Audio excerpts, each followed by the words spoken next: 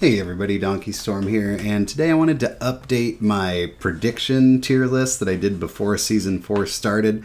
That's what you see on the screen here. But now that we've got 3 weeks of dungeons under our belt, we've got some great push, we've got some data on Raider IO and sub creation. I want to go back through this and just kind of clean things up, see where I was right, see where I was wrong, to give you guys a good idea of what's good in Season 4 Mythic Plus, what's just okay, and what's not so great.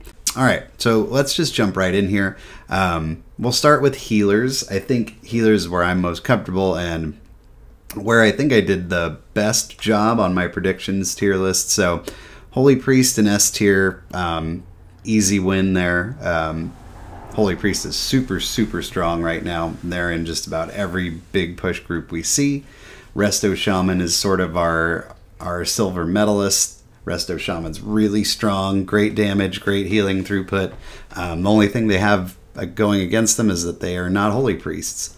So Resto Shaman's very strong. I thought Holy Paladin was going to be right there with Resto Shaman. That turned out to not be the case.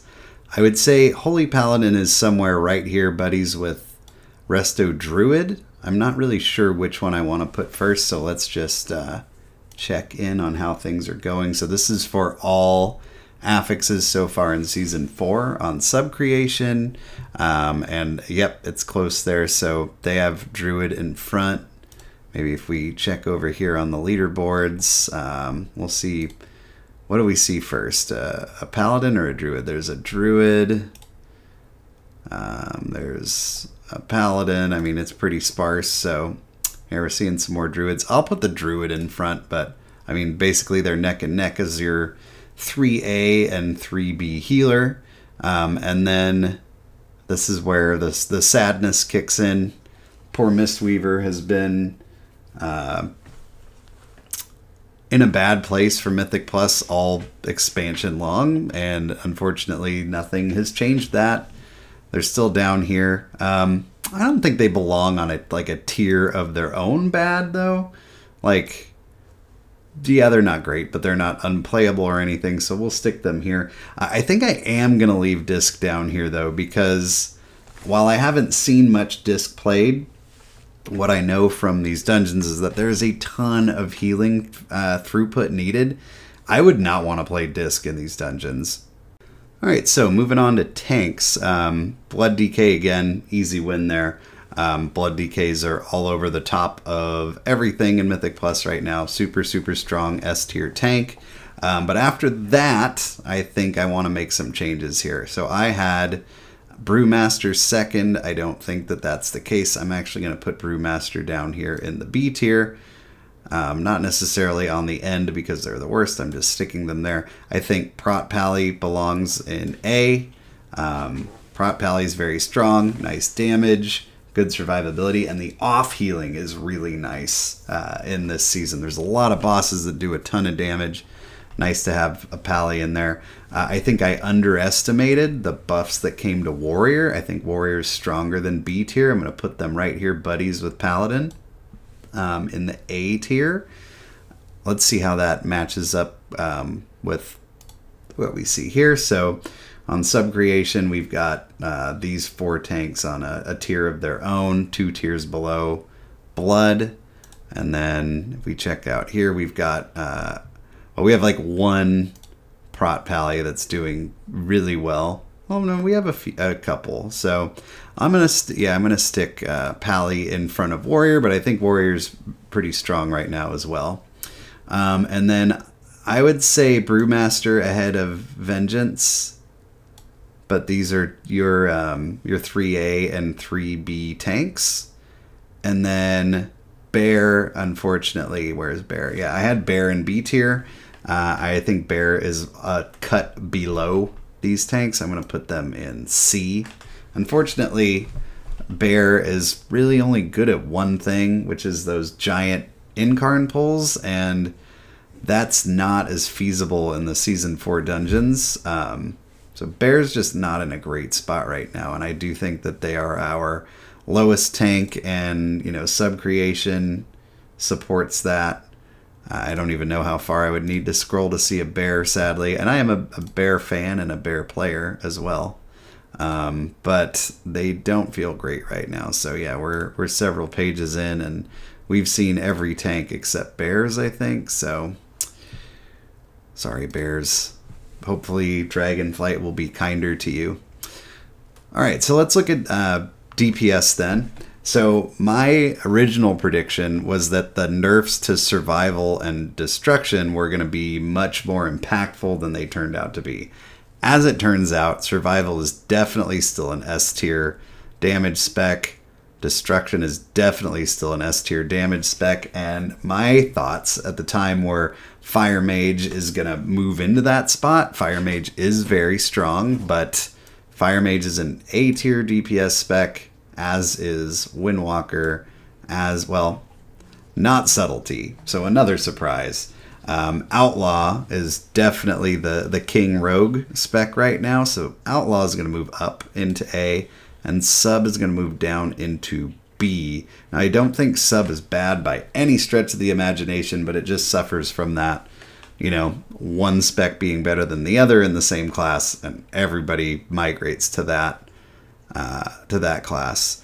I overrated Havoc here. I would put Havoc down in B tier. And I do think Demonology is good. I'm going to put it like at the back of A tier. So I feel good with my first two tiers here. Basically, Survival and Destro are a league of their own.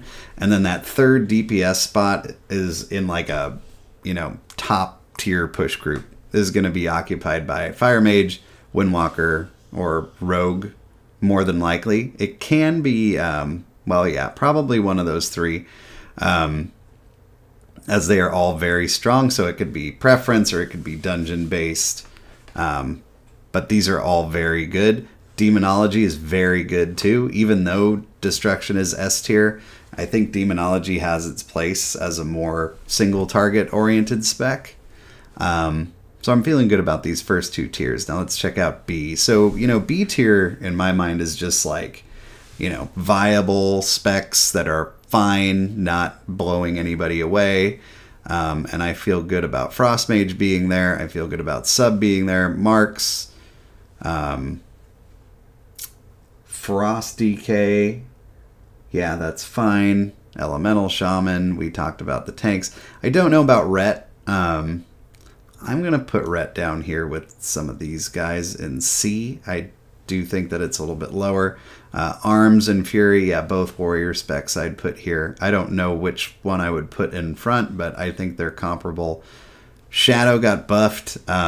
It got buffed into B tier. Shadow can do some nice, like, big AoE damage, but, you know, Shadow always suffers from, like, a lack of utility, and unless they're just crazy overtuned, we don't see a lot of them.